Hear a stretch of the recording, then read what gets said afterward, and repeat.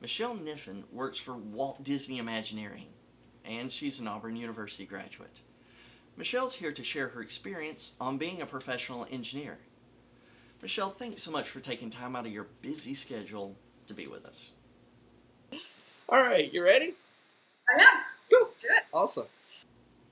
What kind of introduction would you like? You know, I was thinking it'd be fitting to do like a Mickey Mouse Clubhouse type, MICHEL, but then it didn't fit, so that didn't really work. Yeah, that'd be cool. Have a little couple of characters come in and dance and like introduce you.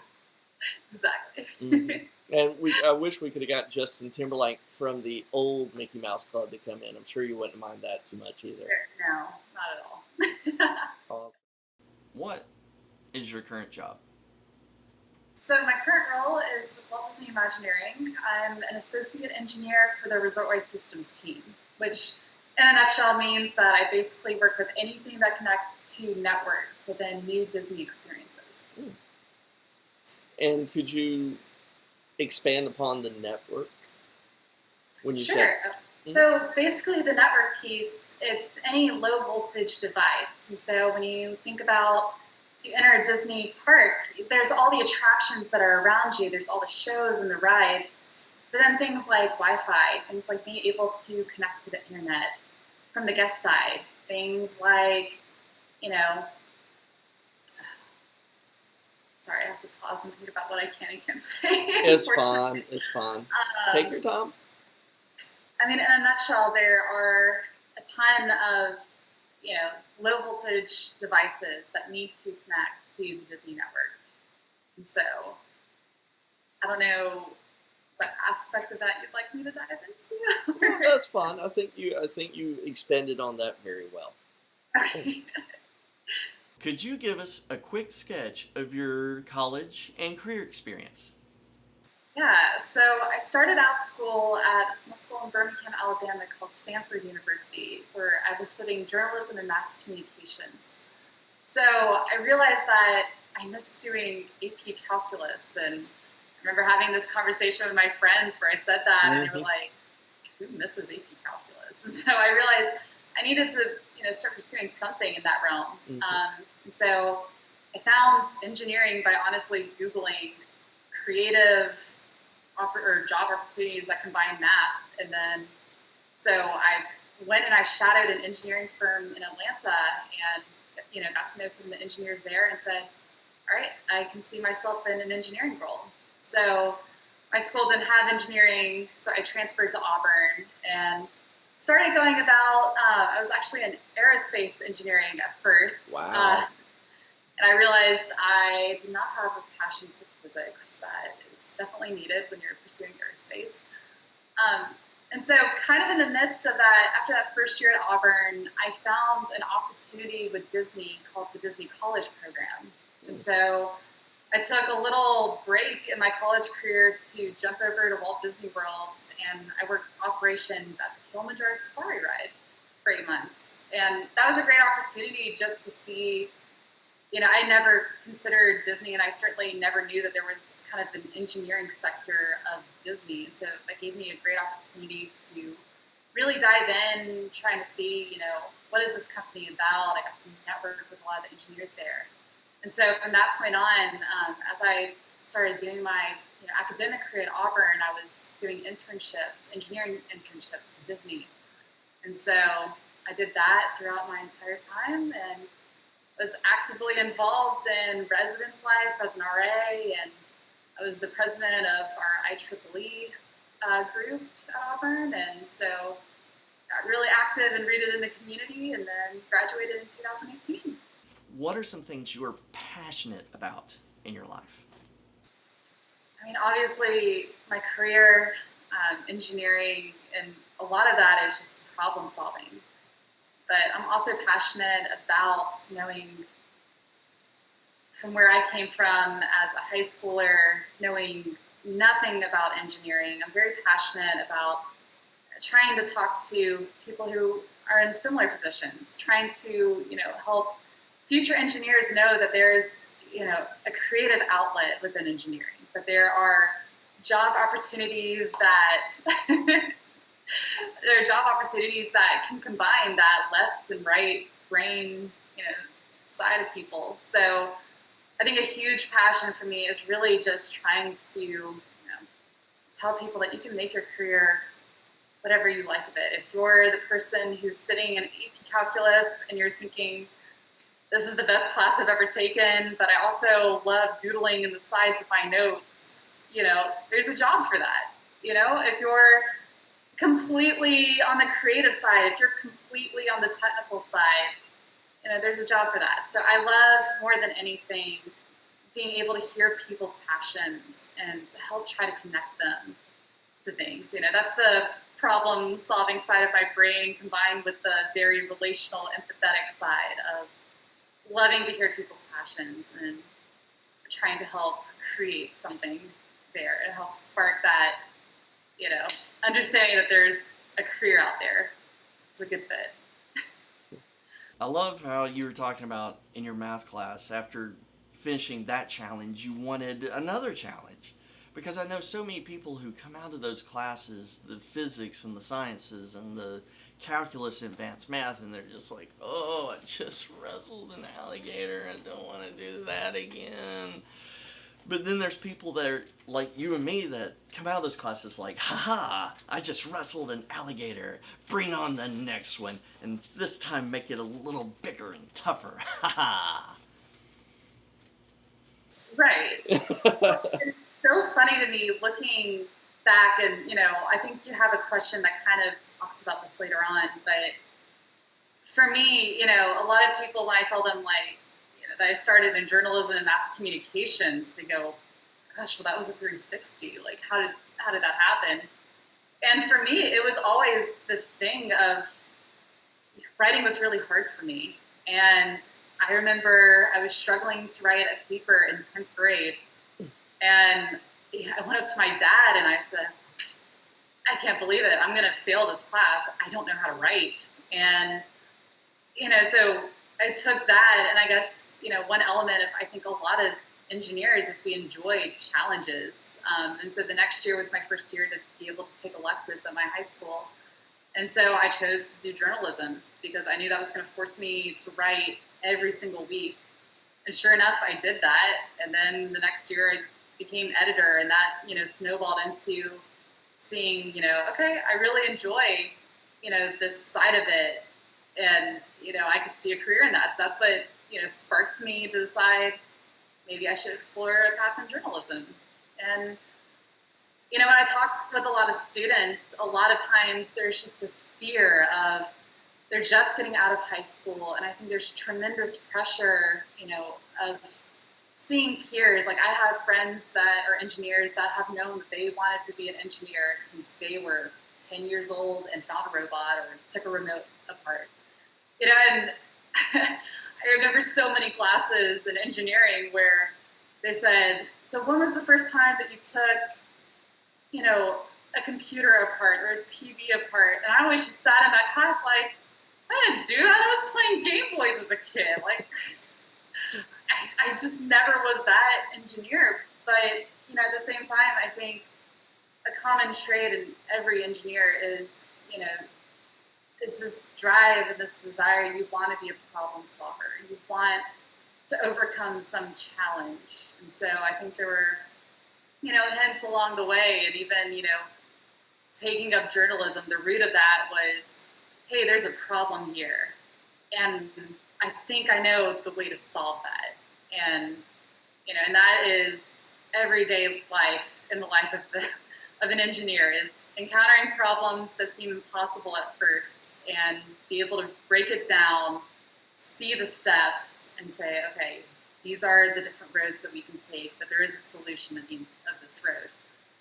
Whenever I hear someone talk about challenge, I try to channel my inner Klingon. It's like, haha, challenge, tak ba, tak be. Another tangent there. Tak ba, tak be, or bak ta, tak be. Oh, well, I'm sure someone's going to correct me on YouTube or whatever. So, another tangent there. Have you been able to incorporate any of those passions into your career? absolutely. I mean, the Huh. thing that I love about Disney and the entertainment industry in general is it's creating experiences that, whether you're a kid, whether you're an adult walking through the parks with your friends or your families, you're able to look around and you're able to see possibilities. You're able to look and see, a Tomorrowland that inspires you to create the next new cool technology. You're able to, walk around in a place that just fires off all these sparks in your imagination. And so, whether that is truly inspiring someone to create or to dream, or even if it's just to create memories, if it's to create experiences that you're going to remember for your lifetime, it's so fulfilling to me to be able to not only, fulfill what I see as a passion for helping to connect people with these inspiring things, but then also just to see people truly just enjoying some of the best moments of life.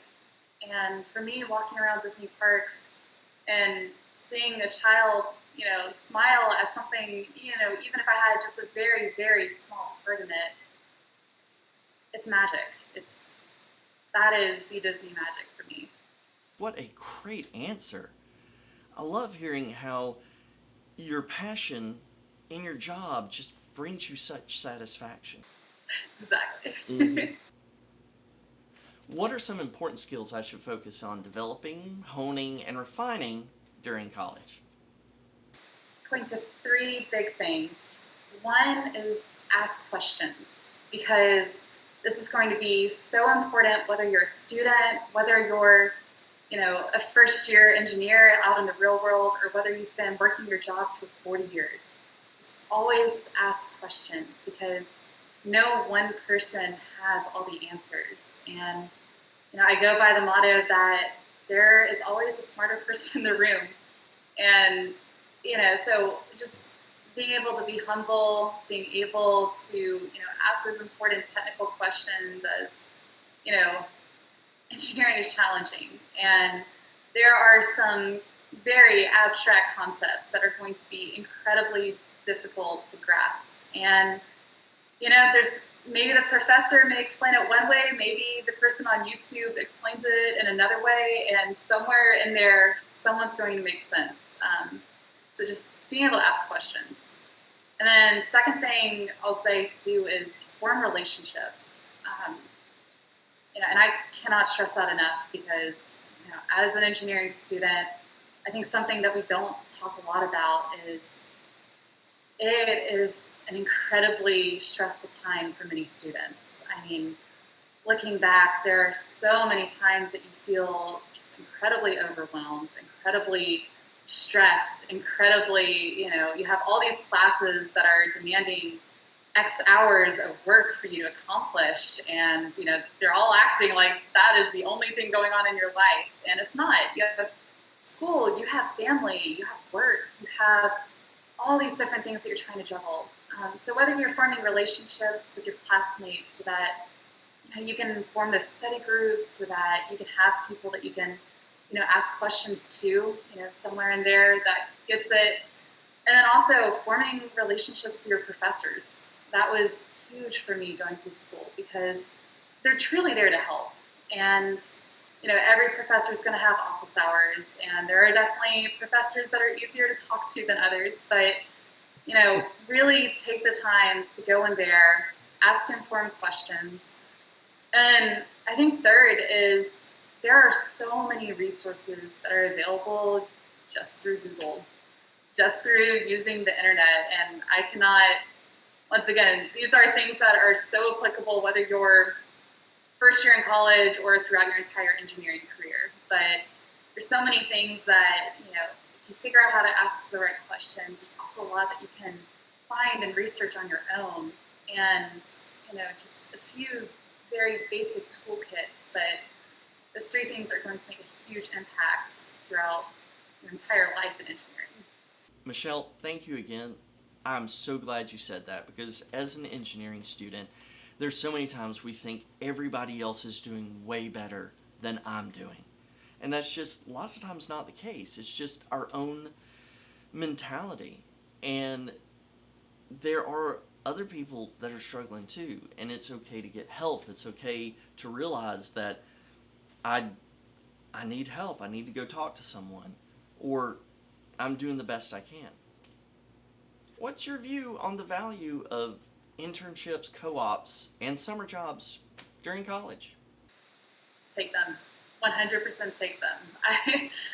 I explained a lot of this kind of in my story through college, but being able to being able to take internships, being able to network while you're in school, not only are you going to learn, being an engineer and being out in the field, out on projects, working day to day in an engineering office, you're going to actually learn what it is an engineer does. I always tell students a lot, and it varies from engineer to engineer, but a lot of what you learn in school is kind of the theory. I'm not, at my job and my role, I'm not, sitting at my desk working differential equations and going through Laplace transforms.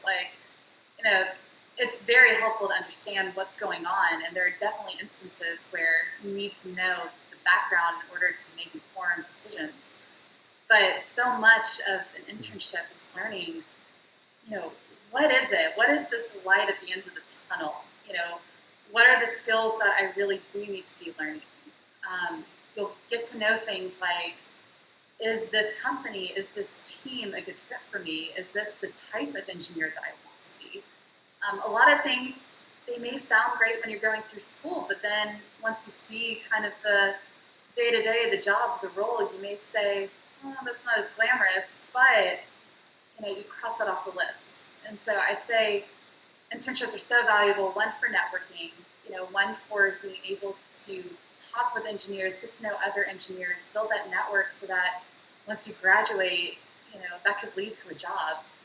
Two, to kind of learn what you like and what you don't like about a company or team, because it's so much about, it's every bit about, do I connect with this company as much as does it connect with me? I would encourage students to take internships, if anything, but to just examine a company's values.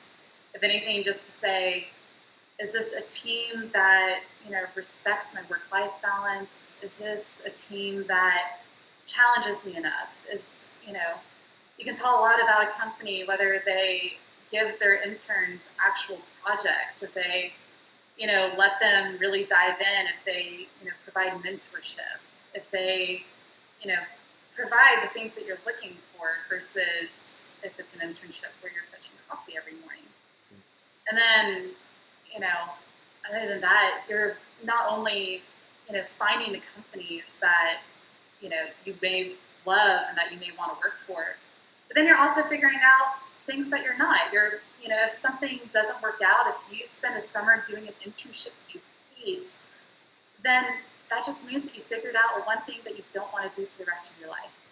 And I cannot drive hard enough that a lot of times as engineers, and I especially know a lot of women in engineering, we're perfectionists. We, almost have this thing to prove. And so, we're always striving for perfection, but it's okay if something fails in there. An internship that you don't enjoy is not a failure, but it's a step closer to figuring out what you love and where your passion is. So, yes, take internships, take co-ops. Should I or another engineering student consider graduate school? So I think the graduate school question is always a matter of, as you're going through undergrad, I would highly encourage, try to do undergraduate research. If you're at Auburn, there's so many professors that are working on so many cool things. And I would say, talk to these professors, really learn, what is going on, because there are undergraduate research positions. And, as you're going through your career, I think there's a lot of questions that only you as a person can answer. And, if you're really drawn to the research, if you're really drawn to academia, if you're going through your internships and you see a position and it's going to require a graduate degree, then absolutely. But then on the flip side, there's definitely engineering roles where a graduate degree is not required, and it's all based off of what you do. But I would say definitely explore every road while you're in school, because the great thing about starting college, the great thing about being in your shoes is there's a world of possibilities and so many roads that you could explore. And so, definitely check out different research opportunities. See if that's something that really clicks with you. What do you wish someone had told you while you were an engineering student? So many different things. I think, one of the biggest is just to take a deep breath and to say, there's a lot of pressure that we feel.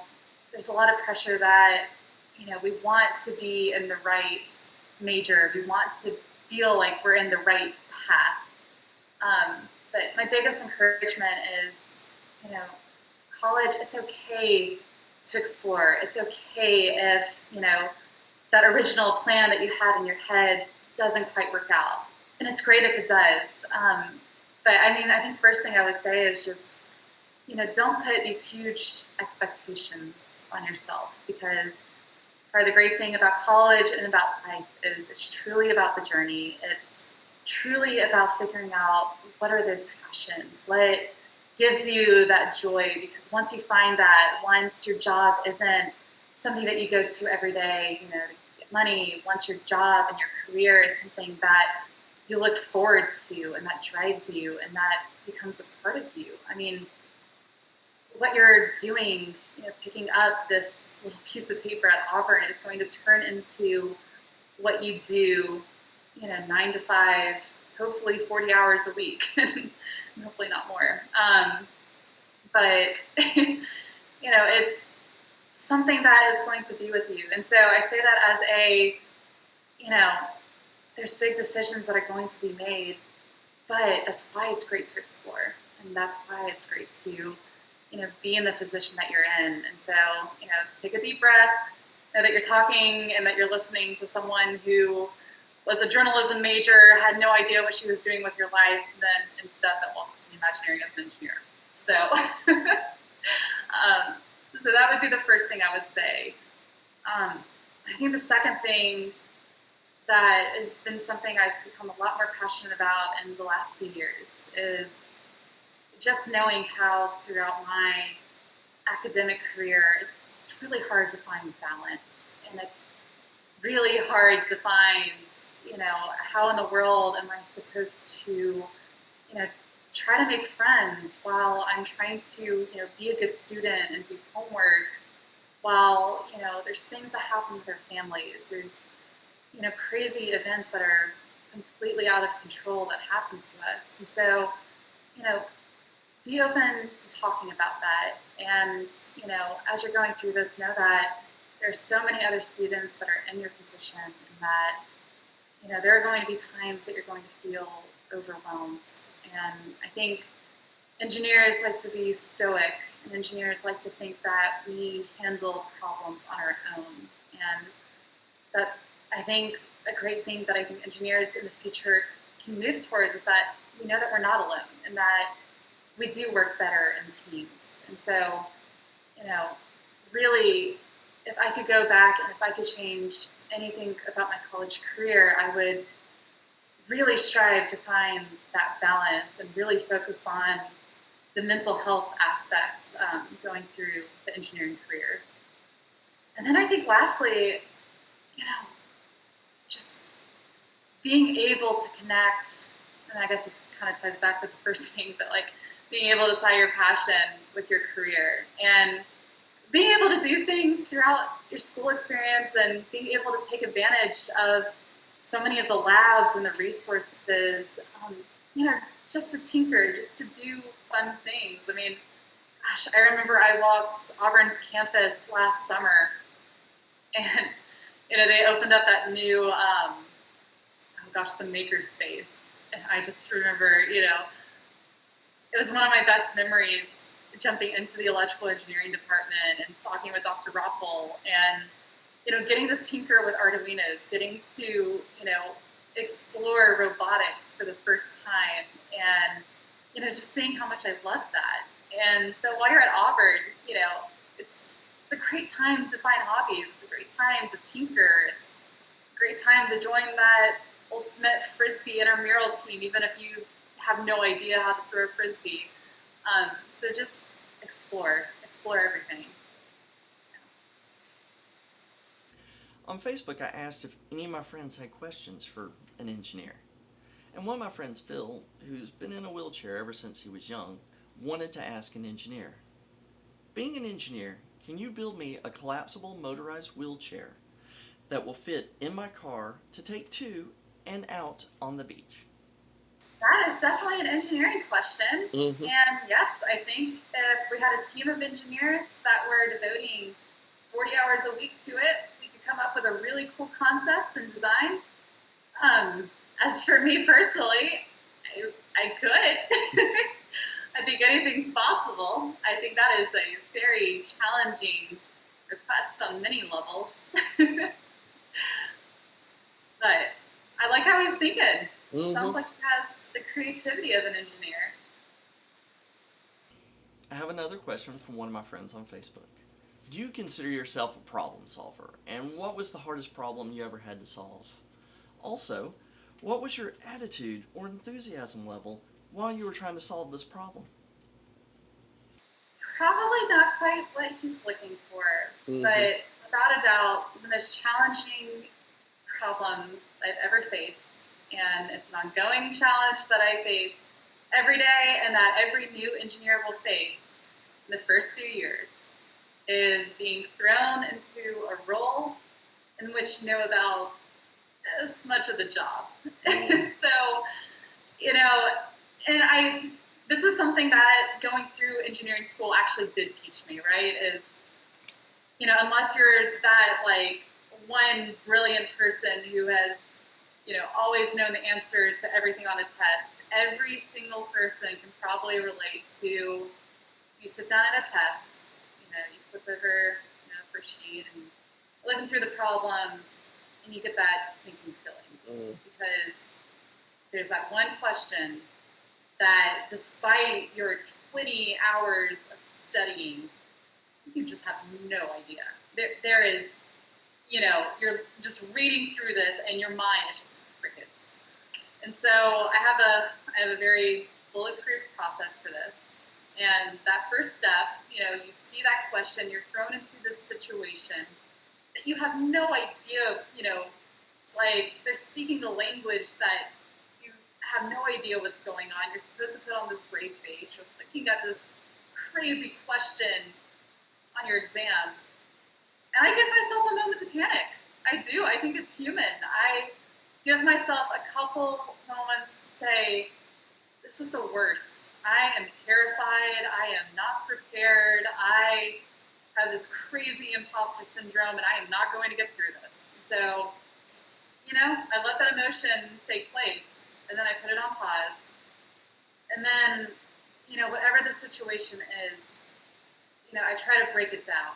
And a couple things like that, the reassurances of, on this test, it's like, listen, Michelle, you studied weeks for this exam. You have put in so many hours, this isn't incompetence. You came into this exam prepared, so put those emotions aside, we're going to get through this, and day-to-day work, being thrown into this situation where, they're saying all these things in a meeting and I look like a deer in headlights, it's that reminder of, listen, they hired you for a reason. Once you get into your job, they didn't just hire you because, they're like, all right, let's pick out a resume. Let's go this one. You get hired for a reason. And so, you take those assurances, you say, all right, I have my toolbox. I have the equations that I learned in lectures. I have, once you're an engineer, I have this degree behind me. I have the problem-solving toolbox. And so, once you get that grip on yourself, then you start to break down, what do you know? On the exam, it's, when I go through, what are the words that I do know? Oh, there's this word. Okay, I know the equation that's related to this. And, there's another word in here that, I know the equation for this. And then here's the two that connect the two. I bet you there's something in there that I can answer. And then same thing, going into a job is you hit this impossible situation and say, okay, these are things that they're asking of me. These are, this is the bulk of what's getting thrown at me, but let's break this down. What is ultimately what these people are trying to look for? And what are the tasks that are going to get me to that point? What are, breaking it down even further, what are the questions that I need to ask in order to know what tasks get me to that point? And, that's why when you're doing internships, when you're interviewing for companies, it is so important to find a team that is going to support you in your first few years, because having a team that is going to know that you are a new engineer who is going to be able to be open to encourage questions to help you through, so that you don't feel like you're a fish in the middle of a big ocean. That is huge. And so, there is an ongoing, the season of life that I am in as, this is my second year as an engineer. It's still scary. There's still moments every day that feel like these huge, insurmountable challenges at work. But knowing that I can go into that situation and I know that, you can break it down, that it's okay to ask questions, that you don't have to be, and no one is going to expect you to be the, engineer with 40 years of experience when you haven't been alive for half as long. So, not one huge challenge in particular, but that is my general strategy to going about every challenge that I face.